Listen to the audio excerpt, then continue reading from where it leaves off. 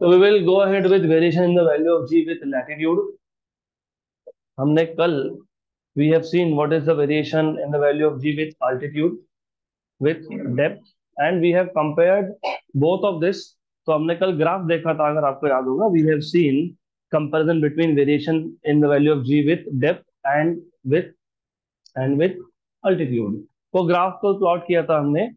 और if I remember correctly, मैंने आपको ऑलरेडी बताया है what are longitudes and latitudes, याद है?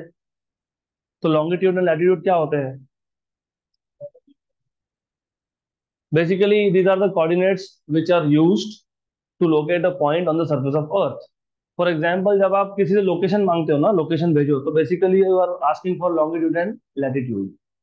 तो लॉन्गिट्यूड का मतलब होता है ईस्ट या वेस्ट। तो वो मेरिडियन एक सर्कल होता है, उसके ईस्ट में अगर है तो ईस्ट, वेस्ट में है तो वेस्ट, राइट? और इक्वेटर के ऊपर है तो नॉर्थ, और नीचे है तो साउथ। तो अर्थ पे, अर्थ की सरफेस पे किसी भी एक सिटी का या किसी भी एक पॉइंट का लोकेशन बताना है तो you need two angles. One is called as longitude and other is called as latitude. हमको देखना था variation in the value of g with latitude. तो लॉन्गिट्यूड की हम बात नहीं करेंगे, we will just talk about variation in the value of g with latitude. तो let us see how does the value of g varies with latitude. Variation of g with latitude.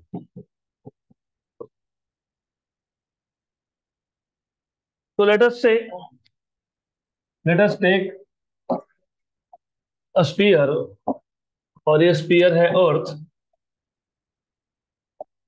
Late us take any point on this surface. यहाँ पे एक point है P, तो अर्थ पे एक point है P, वहां पे एक ऑब्जेक्ट है जिसका मास है एम। तो सबसे पहले you should know what are the different forces acting on this object of mass m. तो अर्थ के सरफेस पे, वेल बाय द वे, याद नहीं होगा तो याद दिला देता हूँ, ये इक्वेटर था, दिस इज इक्वेटर। और ये जो पॉइंट पी है, इसका जो लैटिट्यूड है, लेट अस से थीटा। तो the point P has a latitude of theta. अगर यही पॉइंट पी यहाँ पे होता तो उसका लैटिट्यूड वैल्यू क्या होता? 0। अगर वही पॉइंट पी यहाँ होता तो 90। तो हमने यहाँ पे पॉइंट पी लिया, उसका लैटिट्यूड क्या बोल दिया हमने? थीटा। तो अगर ये पॉइंट पी है जिसका मास m है, तो which are the different forces acting on this object of mass m? Gravitational force मतलब वेट। Very good. वेट का डायरेक्शन क्या होता है? Vertically downwards. अच्छा, वर्टिकल डाउनवर्ड्स। तो इधर आएगा क्या? नहीं, तो कहाँ जाएगा? Toward the centre. Very good. तो weight of the object mg is pointing toward the centre. और ये जो सेंटर है O, इस सेंटर से P पॉइंट तक का डिस्टेंस हम लोग बोलते हैं R, radius of earth. Correct. तो one of the forces acting on the object at latitude theta is its own weight, that is mg, which is directed toward the center of earth. दूसरा, बस एक ही force है, centrifugal force. Very good. क्योंकि earth rotate होगा तो हर एक object जो अर्थ के सरफेस पे है वो सर्कुलर मोशन परफॉर्म करेगा, तो ये भी सर्कुलर मोशन परफॉर्म करेगा। Any object which is performing circular motion, उस पे सेंट्रीफ्यूगल फोर्स एक्ट करता है। तो सेंट्रीफ्यूगल फोर्स का डायरेक्शन क्या है?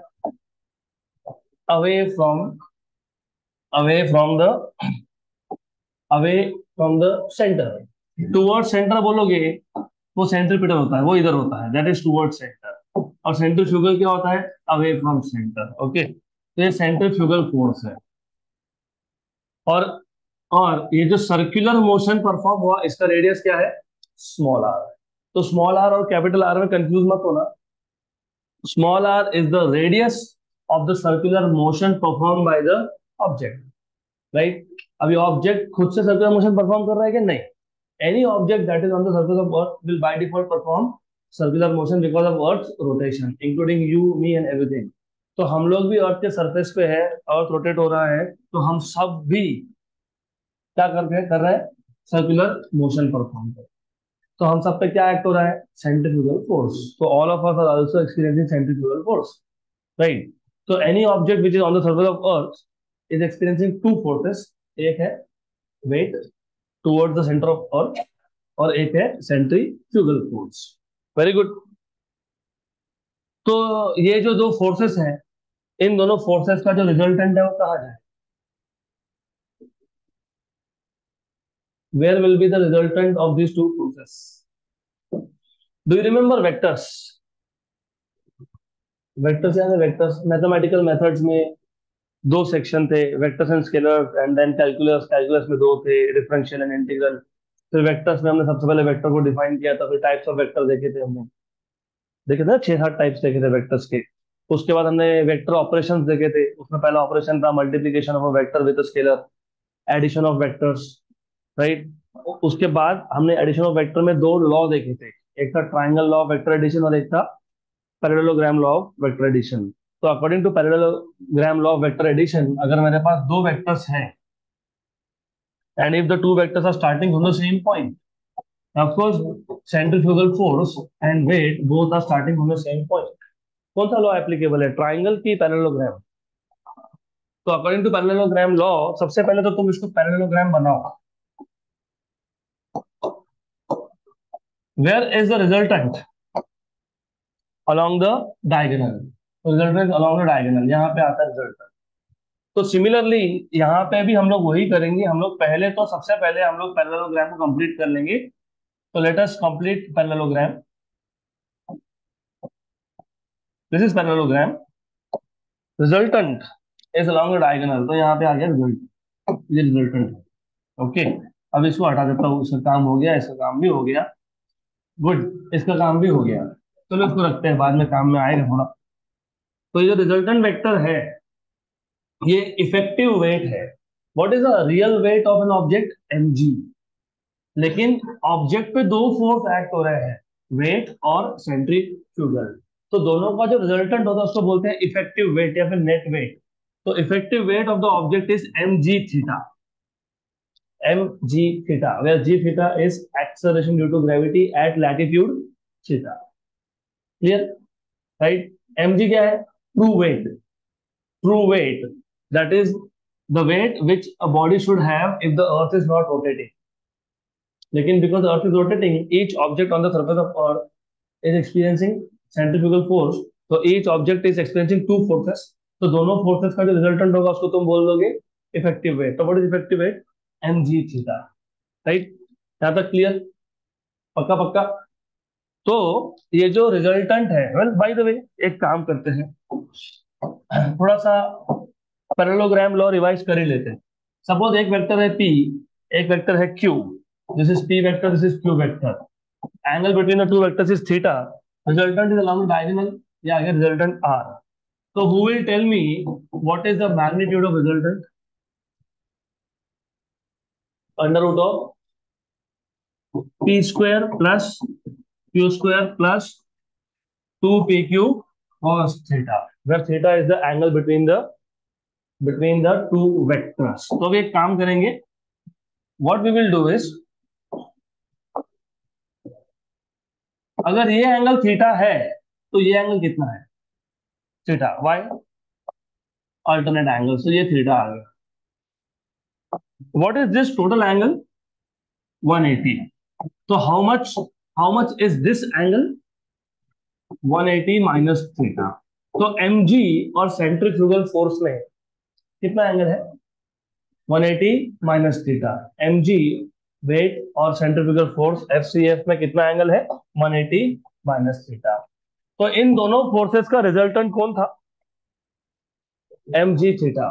तो अभी जो हमने फॉर्मूला लिखा था जस्ट नाउ, रिजल्टेंट मतलब कौन? रिजल्टेंट मतलब कौन? mg theta. रिजल्टेंट कौन है? mg theta. Under root of first vector square. पहला वेक्टर कौन सा है? पहला vector which are the two forces acting here? mg. तो mg इसका क्या करेंगे? स्क्वायर करेंगे. Very good. Plus second force. Second force कौन सा है? Centrifugal force. Square plus 2 times of mg into centrifugal force into cos of theta कि cos of 180 minus theta, 180 minus theta. तो यहाँ गड़बड़ करना नहीं, क्योंकि आगे समझ में आएगा। यहाँ थोड़ा सा भी तुमने गड़बड़ किया तो इक्वेशन गलत बनने वाला है। तो you have to remember cos of theta लिखा था क्योंकि theta was the angle between the two vectors. यहाँ पे angle between two vectors is 180 minus theta. Okay good. तो एक काम करते हैं, let us square on both sides. अगर स्क्वायर कर लेता हूं मैं, इफ आई स्क्वायर, तो रूट को हटा देंगे, right. Good. What is cos of 180 minus theta? What is cos of 180 minus theta? Minus cos theta. तो ये जो कॉस ऑफ 180 माइनस थीटा है, तो क्या लिखेंगे? Minus cos theta. इसको लिख देंगे माइनस कॉस थीटा, इसको लिख लेंगे माइनस, तो ये हो जाएगा minus cos of 180 minus theta is minus cos theta. तो ये जो प्लस साइन है, क्या बन जाएगा? माइनस। और हमने स्क्वायर किया था, तो लेफ्ट हैंड साइड पे क्या करना पड़ेगा? स्क्वायर। हमने स्क्वायर किया तो लेफ्ट हैंड साइड का स्क्वायर और राइट हैंड साइड का रूट गायब हो गया। स्क्वायर और रूट दे कैंसिल ईच अदर, और यहाँ पे स्क्वायर हो गया। Is this clear? यहाँ तक क्लियर? तो अब तक हमने कुछ ज्यादा किया नहीं है। हमने बोला कि एक ऑब्जेक्ट था, उसका लैटिट्यूड था थीटा, उसका मास था एम, उसमें दो फोर्सेस थे, एक है weight m g directed towards the centre of earth, और सेंट्रीफ्यूगल फोर्स। ये दोनों फोर्सेस का जो रिजल्टेंट है वो है एम जी थीटा। तो according to parallelogram law of vector addition, resultant का magnitude is equal to under root of first vector square plus second vector square plus 2 times of first vector second vector into cos of angle between the two vectors. Angle between the two vectors in this case is 180 minus theta. So cos of 180 minus theta, which is minus cos theta. तो ये minus sign वहां से आया, और हमने square कर लिया तो लेफ्ट हैंड साइड स्क्वायर हो गया और राइट हैंड साइड का रूट हो गया गायब। यहाँ तक clear? Okay. But if you know, and you should no, what is the magnitude of centrifugal force? What is the magnitude of centripetal force? M r omega square m v square by r, m v omega 3 है। तो centripetal और centrifugal forces का magnitude same होता है, सिर्फ direction opposite होता है। तो सेंट्रीफ्यूगल फोर्स का भी मैग्नीट्यूड क्या होगा? M r omega square. Why I am not writing m v square by r? But obvious, क्योंकि हमारे पास वी का इंफॉर्मेशन नहीं है, हमारे पास आर का भी इंफॉर्मेशन नहीं है। हमारे पास इंफॉर्मेशन होता है टाइम पीरियड का, क्योंकि अर्थ रोटेट होगा तो अर्थ का रोटेशन का पीरियड आपको पता होता है, कितना होता है? 24 hours. Earth completes its one rotation in 24 hour. तो देयरफॉर ये जो एफ सी एफ है यहाँ सब्स्टिट्यूट कर देंगे, तो एम जी थीटा स्क्वायर मतलब m square g theta square equal to m square g square plus centrifugal force का स्क्वायर, सेंट्रीफ्यूगल फोर्स का square m square r square omega raise to 4 minus 2 m g, 2 mg F centrifugal force. What is centrifugal force? M R omega square into cos of theta, into cos of theta. Correct? M into M, M square. तो ये बन गया M square. तो यहां से हटा देता हूं मैं इसको, and I'll write down M square. Okay? यहां तक clear? Clear clear? Yes. But omega is 2 pi by t. That is time period of Earth. और मैंने अभी बताया time period of rotation of earth, rotation ना रिवोल्यूशन नहीं, revolution होता है 365 days, time taken by earth to complete one round around the sun. हम लोग वहां पे रिवोल्यूशन की बात करते हैं, यहाँ पे रोटेशन की बात हो रही है। तो omega is equal to 2 pi by time period is 24 hour, हर एक आवर में 60 मिनट, हर एक मिनट में 60 सेकेंड। जब इसको आप सॉल्व करते हो, 2 पाई की वैल्यू 6.28 होती है, 24 इंटू 60 86,400 आता है। तो जब इसको तुम सॉल्व करोगे तो तुमको मिलेगा 7.62 इंटू 10⁻⁵ रेडियन पर सेकेंड। ऐसा कुछ वैल्यू आता है, यही आता है। चेक कर लो, for satisfaction you can just check it out. तो चेक कर लेते हैं। 2 pi 6.28, 6.28 divided by 24 into 60 into 60 is 86,400. 7.26, okay मैंने 62 लिखा, 26, वैसे ही फर्क नहीं पड़ता, डज नॉट मैटर रियली, क्योंकि 7.26 को लेने ही नहीं वाला हूँ. My interest was in only power 10⁻⁵. तो ये देखो, ये पावर देखोगे ना, e⁻⁵, मतलब 10⁻⁵. आ गया. अगर ओमेगा ओमेगा अप्रोक्सीमेटली 10⁻⁵ है, तो ओमेगा स्क्वायर कितना आएगा अप्रोक्सीमेटली? 10⁻⁻10. और ओमेगा रेज टू 4 क्या आएगा? 10⁻⁻20. तो हमारे पास ये जो इक्वेशन था, इस इक्वेशन नंबर 1, इसमें राइट हैंड साइड पे 3 टर्म थे. 3 में से एक टर्म को मैं निग्लेक्ट कर सकता हूँ. कौन सा? Omega raise to 4. Omega square नहीं. ओमेगा स्क्वायर भी छोटा है, यस, लेकिन कभी भी निग्लेक्ट इन कंपैरिजन होता है. दो में से एक टर्म को तुम निग्लेक्ट कर सकते हो इन कंपैरिजन. तो when you compare omega raise to 4, it is very small compare to omega square. तो ये जो टर्म है इसको निग्लेक्ट कर दो. So the term containing omega raised to 4 can be neglected. The term containing omega raised to 4 can be neglected. Can be neglected in comparison with what? With omega square. Therefore, m square g theta square equal to n square g square. ये तो छोड़ दिया हमने.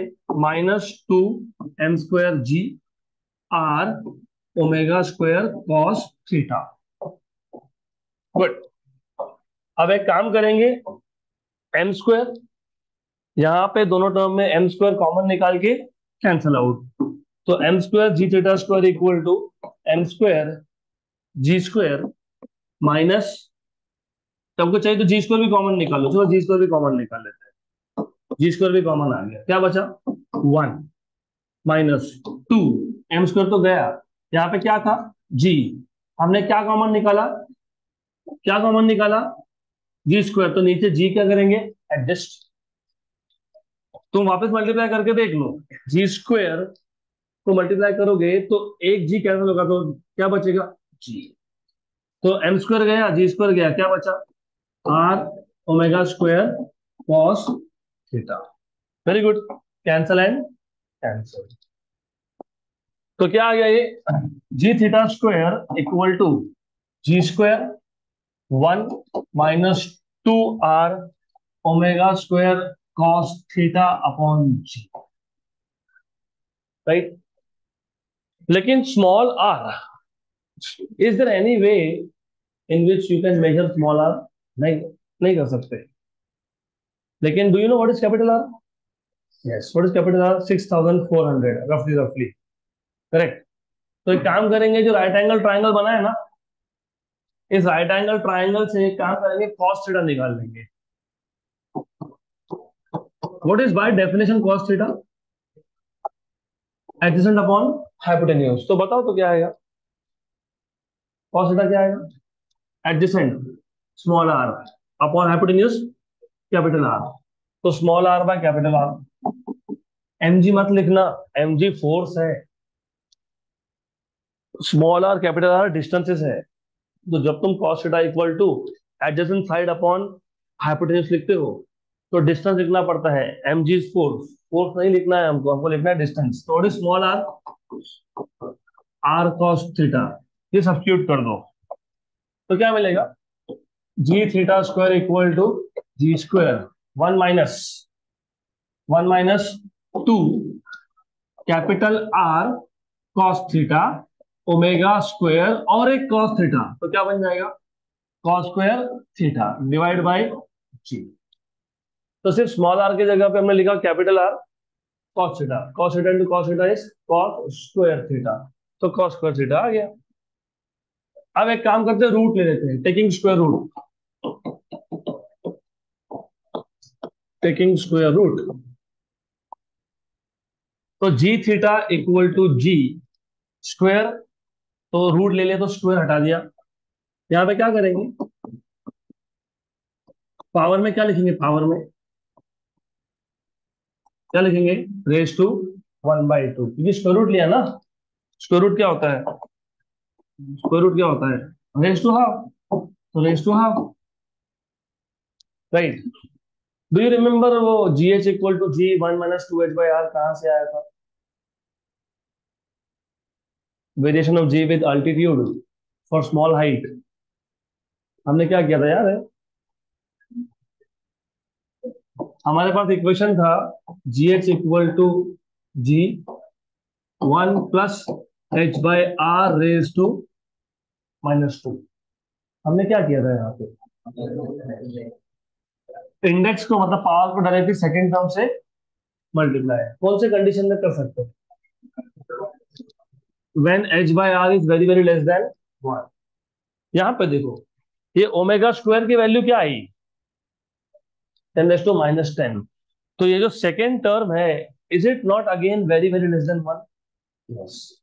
तो क्या करेंगे, ये जो पावर है directly multiply by second term, तो इसको डायरेक्टली देख सकते हो जी 1 - ½ ये पावर को डायरेक्टली मल्टीप्लाई कर दिया 2 r omega square cos square theta by g. 2 और 2 हो गया cancel out. Okay, then you will get g theta equal to g 1 - r omega square cos square theta by g. अब g को multiply कर दो, तो g theta equal to g into 1 is g और g cancel, तो r omega square cos square theta. So this is the variation in the value of g with latitude। जैसे तुमने g h equal to g r/r+h² या फिर g h equal to g 1 - 2h/r या फिर g d equal to g 1 - d/r find किया था, वैसे यहाँ पे g theta is equal to g minus r omega square cos square theta. अब इसमें हमको दो स्पेशल केसेस स्टडी करने होते हैं, कुछ स्पेशल केस नहीं है, एक है value of g at poles और एक है value of g at equator. तो उसको दो स्पेशल केसेस बोल देते हैं यहाँ पे, स्पेशल केसेस, ठीक है। Special cases number 1, at poles, what is the value of latitude at poles, कितना है 90। If I put theta equal to 90, अगर मैं थीटा की वैल्यू 90 सब्स्टिट्यूट करता हूँ, पहली बात तो अब ये जी थीटा को मैं जीपी बोलूंगा। This is the value of g at poles, this is not geometric progression, ये acceleration due to gravity at poles, GP equal to g minus r omega square cos square 90। What is cos 90? 0। तो what is GP? तो ये जो value आती है ना g p equal to g poles पे, वो आती है 9.83 के आसपास, 9.831 832 ऐसा कुछ आता है वो, राइट। गुड, गूगल करोगे तो मिल जाएगा, सिर्फ गूगल पे सर्च करना है आपको, value of acceleration due to gravity at poles and equator, आपको वैल्यू बता देगा वो। ओके, और इक्वेटर पे, एट इक्वेटर,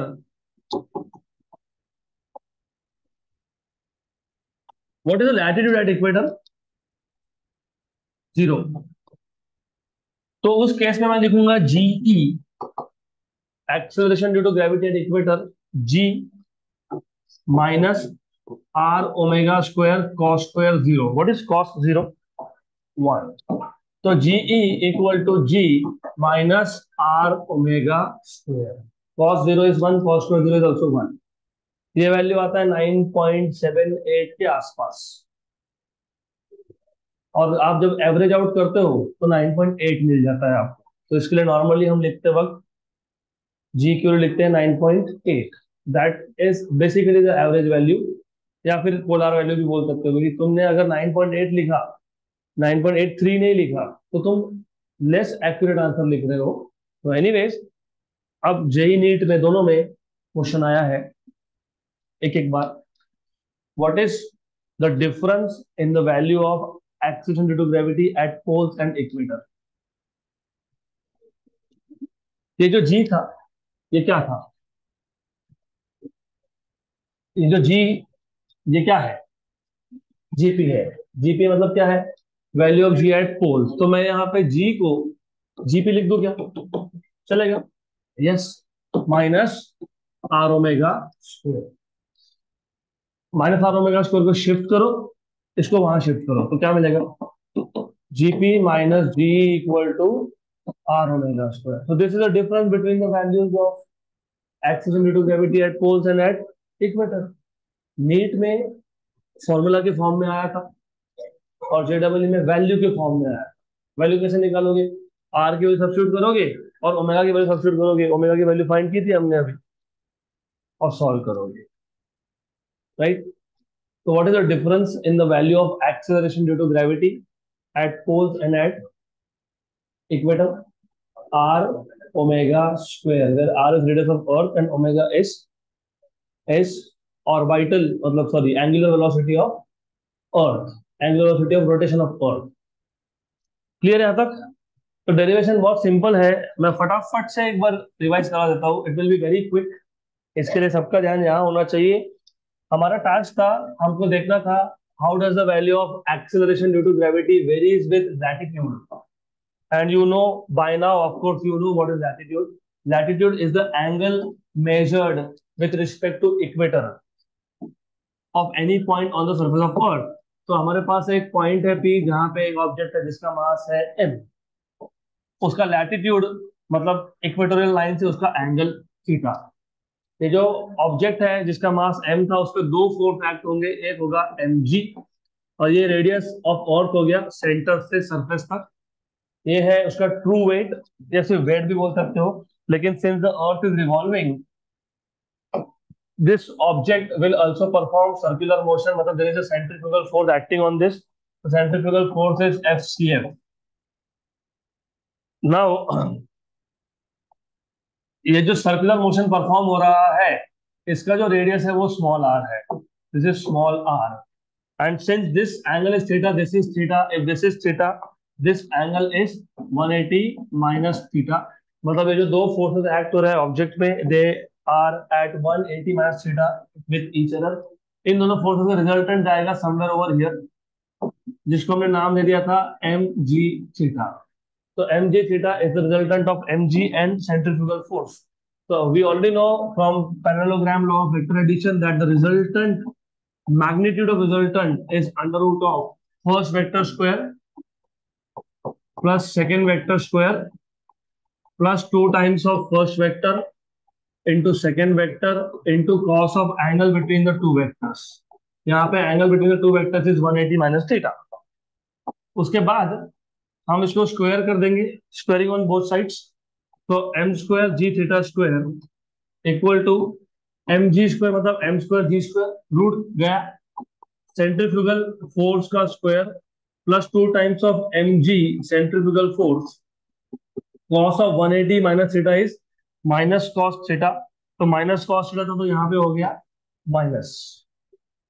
इसके बाद सेंट्रीफ्यूगल फोर्स का फॉर्मूला याद होना चाहिए, which is m r omega square. Therefore m square g theta square equal to m square g square plus m square r square omega raise to 4।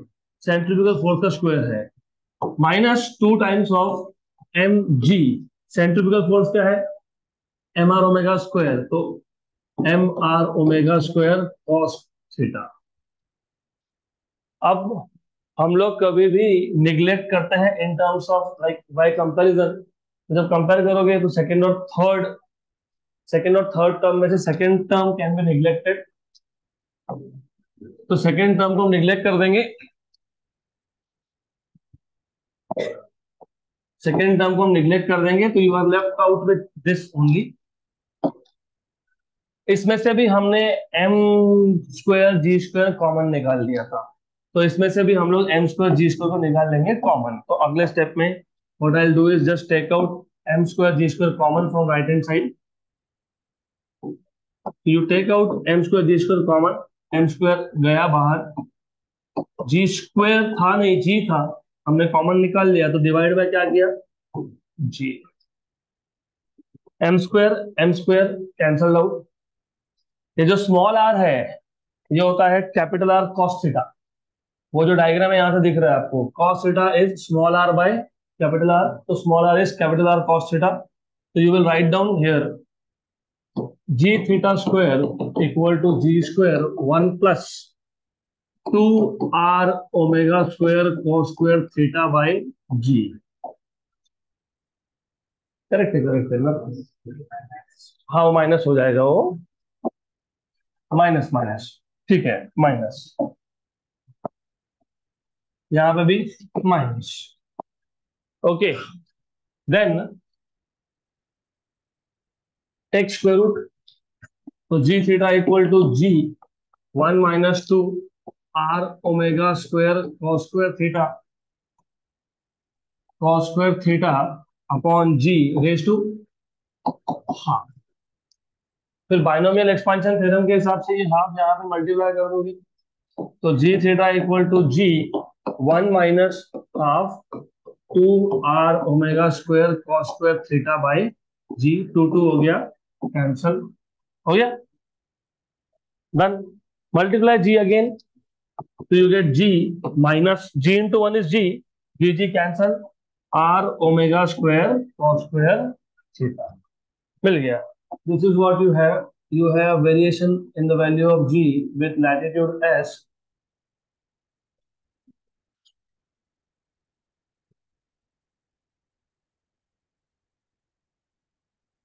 g theta equal to g minus r omega square cos square theta.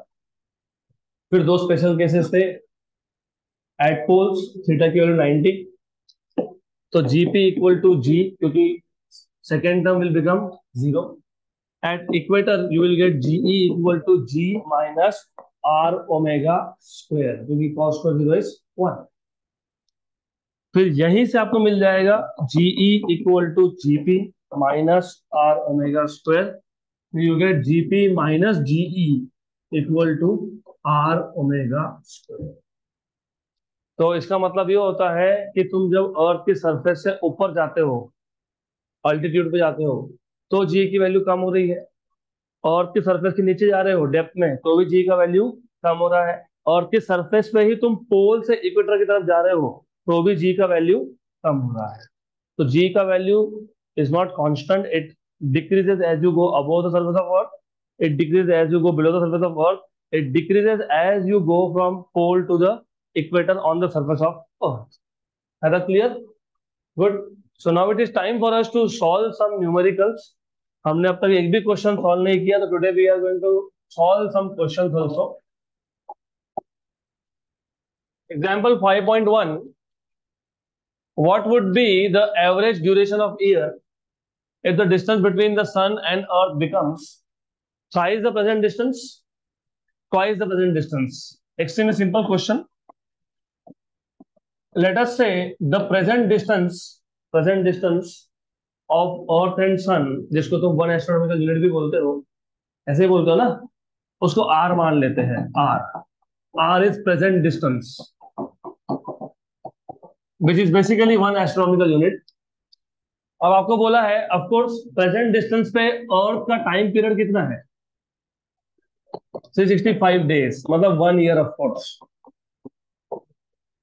आपको बोला है अगर अर्थ और सन का distance thrice हो गया, मतलब R1 की वैल्यू 3 टाइम्स ऑफ R हो गई, और ट्वाइस हो गया मतलब R2 की वैल्यू 2R हो गया, तो in that case what will be the time period? तो T1 और T2 बताओ।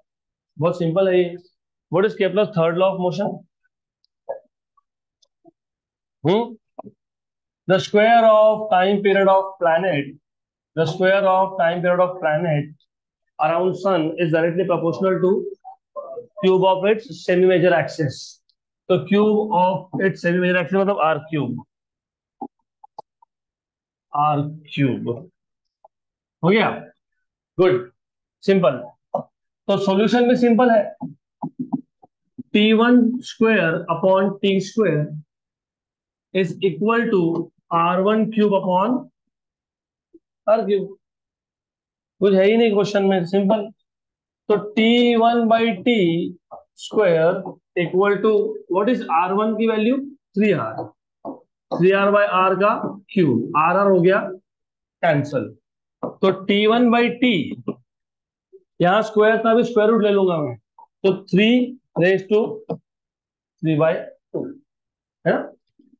यहाँ पे भी कर सकते थे, you could have directly done it here itself. आप ऐसा भी लिख सकते हो, T is proportional to R raised to 3/2। T is proportional to R की मतलब T is proportional to R raised to 3/2, उससे डायरेक्टली आ जाएगा। फिर उससे straightforward you get T1/T equal to R1/R raised to 3/2। R1 is 3R, 3 का cube उसका root,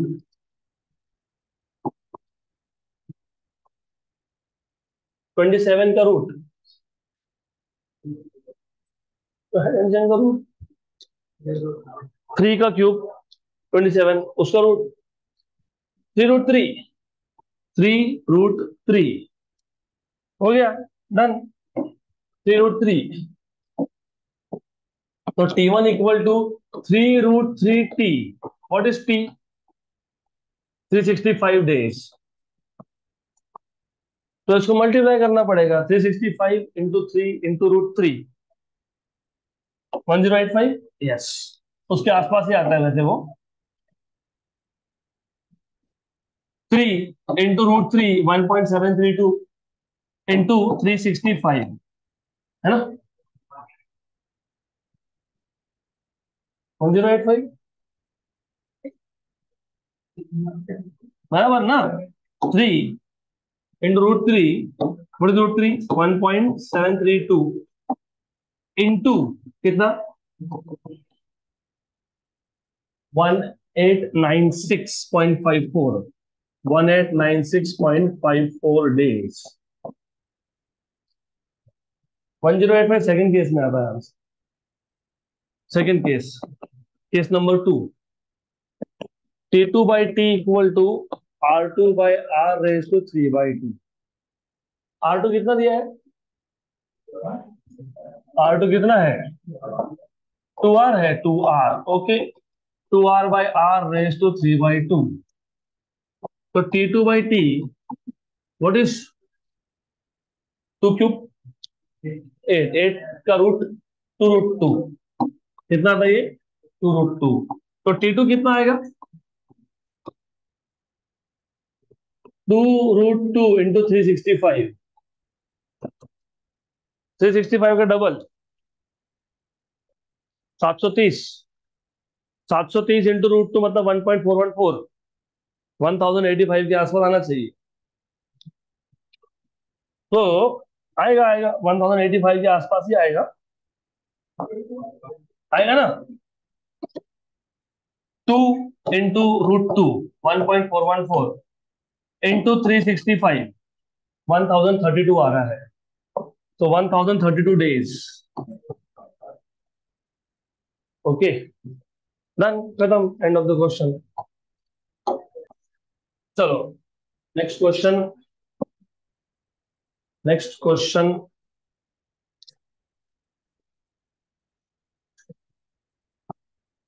example 5.2, the gravitational force between two bodies is 1 Newton.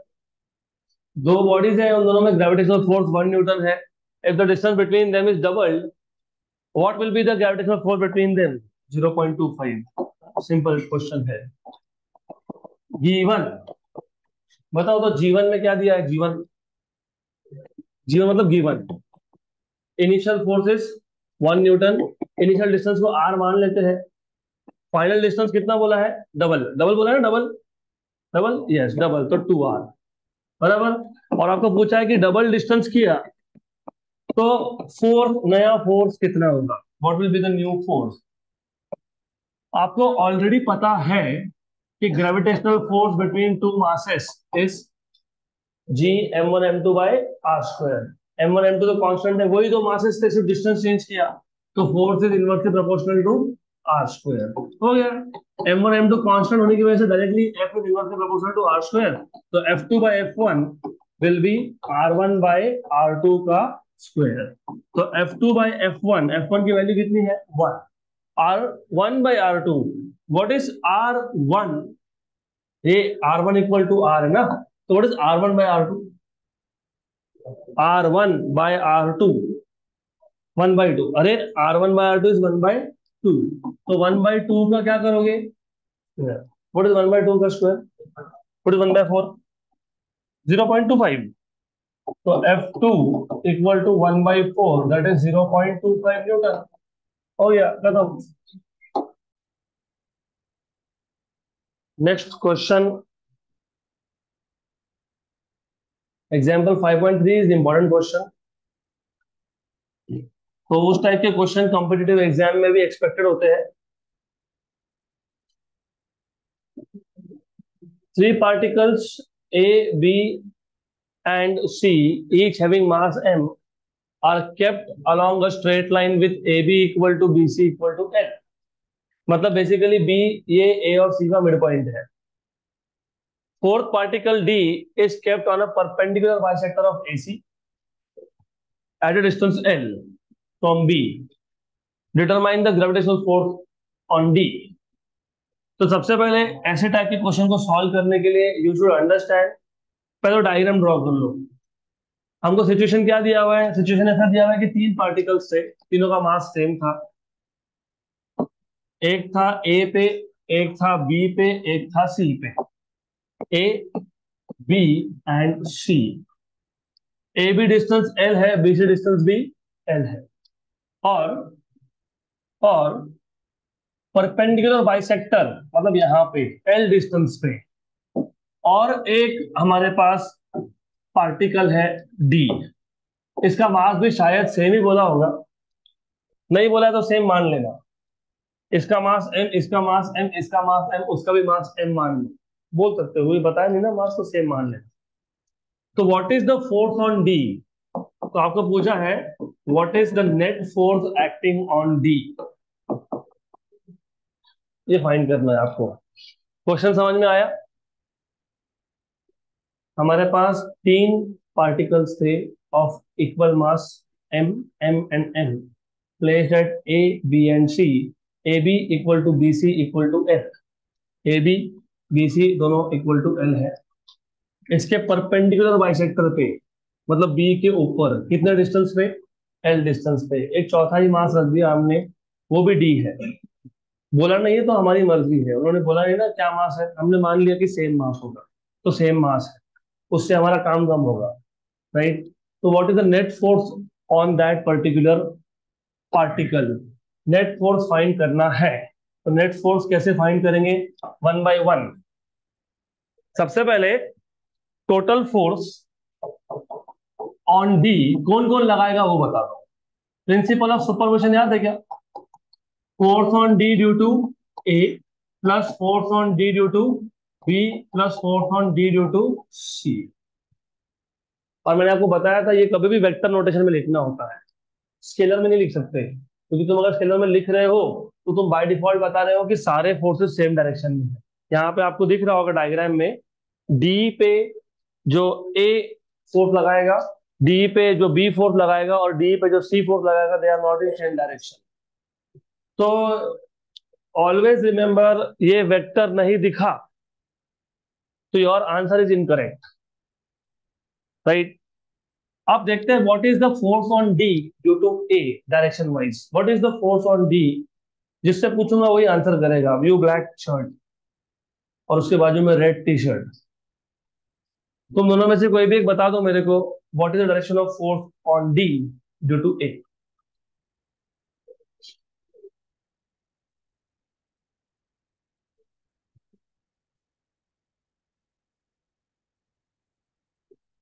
बहुत easy question पूछा, किसको पता है? Just raise your hand. What is the direction of force on D due to A? Gravitational force attractive होता है कि repulsive होता है? फोर्स ऑन डी, किस पे फोर्स लग रहा है? डी। कौन लगा रहा है? ए। तो ए क्या करेगा उसको? अब अट्रैक्ट करेगा। तो डी टू ए, ये आ गया direction, this is direction of force on D due to A. तो जब नहीं पता हो और पता हो तो भी क्लास में ध्यान देना चाहिए। In either case you should pay attention, क्योंकि अल्टीमेटली तो करियर तुम्हारा है। अब इतनी मैच्योरिटी तो होनी चाहिए ना, 16-17 साल की उम्र में, ये तो नहीं बताना चाहिए हमने। What is force on D due to B direction? D to B, अरे डी टू बी, डी को बी भी अट्रैक्ट करने वाला है। This is force on D due to B. What is force on D due to C direction? D to C, force on D due to C. C क्या करेगा, उसको attract करेगा ना खुद के पास। हाँ, ओके, तो ये तीन फोर्सेस हो गए, ये तीन फोर्सेस हो गए। तो मैं अभी ऐसा करता हूँ, सिर्फ फोर्सेस दिखाता हूँ। अब क्या करोगे? What are this angles? 45, 45 आएगा ना ये, पक्का? श्योर श्योर, ये 45 आएगा, राइट? क्यों 45 आएगा? देखो ये 90 है, और जब ऐसा हो तो ये 90 बनता है, ये 90 बनता है तो उसका आधा 45 है। ये 90, ये 45, तो बचा हुआ 45 ही होगा, क्योंकि sum of all the angles of triangle is 180, तो 45 है। तो 45 ही आएगा वो, उसको इक्विलैटरल मत मान लेना, that is not equilateral, right? क्यों नहीं? सिंपल सी बात है, ये एल है, ये एल है, तो ये √2l है, दैट इज नॉट एल, तो इक्विलैटरल ट्रायंगल तो बना नहीं वो। Anyways, done, good. ये 45 है, और एक काम करते हैं, एक मैं यहाँ पे डमी लाइन ड्रॉ कर रहा हूँ, ये डमी है, ऐसे ही ड्रॉ कर रहा हूँ सिर्फ मेरे समझने के लिए। ये 45, तो ये क्या है? 45 क्यों? अल्टरनेट, फिर ये भी क्या है? 45, बस इतनी जरूरत थी हमको। तो force on D due to A के दो कंपोनेंट हो जाएंगे। एक जाएगा यहाँ पे, कौन सा यहाँ पे? कॉस की साइन, कॉस, वैसे कोई फर्क पड़ता नहीं, क्योंकि 45 डिग्री साइन और कॉस दोनों की वैल्यू सेम होती है। और यहाँ पे एक आ जाएगा, this is force on D due to A, which component? Cos 45। ये कौन सा कंपोनेंट आएगा? कौन सा आएगा? Sine. This is force on D due to A, which component? Sine 45। Similarly force on D due to C, इसके भी दो कंपोनेंट हो जाएंगे। कौन से दो कंपोनेंट? सेम, एक यहाँ पे और एक नीचे। ये कौन सा कंपोनेंट है? Force on D due to C, cos 45, और ये कौन सा? साइन 45, बराबर ना? हाँ कि नहीं? हाँ, सही है। लेकिन force on D due to A and force on D due to C, force on D due to A और force on D due to C, ये मैग्नीट्यूड वाइज सेम है। क्यों सेम है? क्योंकि ग्रेविटेशनल फोर्स किस पर depend करता है? Product of mass system. यहाँ पे मास कितना है? m, यहाँ पे कितना है? m, यहाँ पे कितना है? m, यहाँ पे कितना है? m। तो जब मैं force on D due to A निकालूंगा तो m1 m2 क्या आएगा? m²। और डिस्टेंस क्या था? √2l, डिस्टेंस भी सेम है। जब मैं force on D due to C निकालूंगा तो क्या आएगा? m1 m2 मतलब m², और डिस्टेंस भी सेम है। तो मैग्नीट्यूड वाइज ये दोनों फोर्स क्या है? सेम है। और क्या है ये? Gm² अपॉन √2l का स्क्वायर। अभी √2l कहाँ से है मैंने बता दिया ऑलरेडी, ये एल, ये एल, तो ये डिस्टेंस कितना? हाँ, तो ये √2l, Pythagoras theorem. Okay, good. इसको टेम्पररीली मैं एफ बोलने वाला हूँ, तो ये Gm² अपॉन 2l² टेम्पररीली इसको बोल देते हैं एफ। तो ये जो एफ डी ए कॉस 45 और एफ डी सी कॉस 45 है, क्या हो जाएंगे? कैंसल। तो F D A cos 45 and FDC cos 45, they are equal and opposite, hence they cancel each other, cancel each other। तो बचा क्या? क्या बचा? क्या बचा? अरे, नीचे एक फोर्स बचा, कौन सा? साइन। क्या लिखूं मैं इसको? एफ डी ए साइन 45, लेकिन एफ डी ए को नाम क्या दे दिया तुमने, एक्स। तो ये क्या है, एफ साइन 45।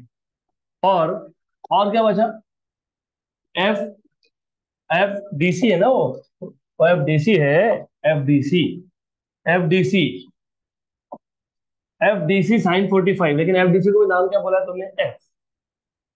तो ये आ गया एफ साइन 45। और क्या है, और क्या है, एफ डी बी है, और एफ डी बी है, एफ डी बी है। तो total force on D is equal to F sine 45 plus F D B plus F sine 45। मतलब ये आ जाएगा F D equal to 2f sine 45। हाँ, अभी मैंने वेक्टर नहीं लिखा, क्योंकि कंपोनेंट करने के बाद तुम वेक्टर नहीं लिखते हो।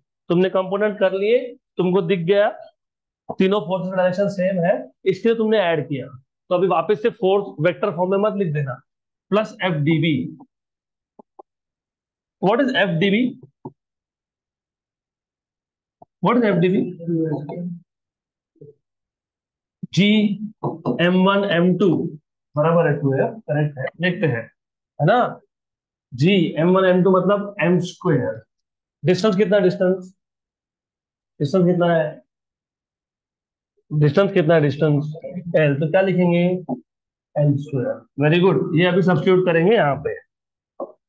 तो therefore F D equal to 2f, what is f, G m square upon 2l square, सही है। इंटू क्या है, इंटू इंटू क्या है, what is sine 45, 1/√2, very good. Plus G M square by L square, हो गया, 2 और 2 हो गया कैंसल। तो क्या कॉमन निकला, G M square by L square, क्या बचा 1/√2 प्लस 1। ये आंसर होना चाहिए, यही आंसर है, डन, खत्म। नेक्स्ट क्वेश्चन,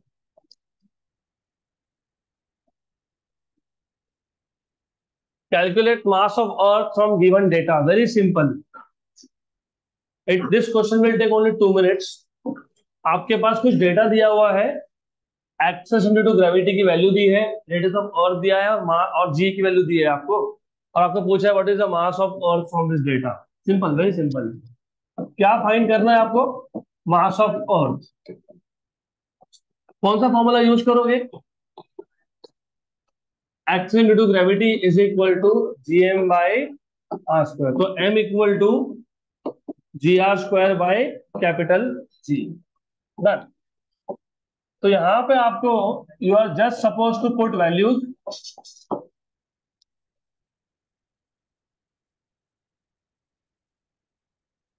जी की वैल्यू दी है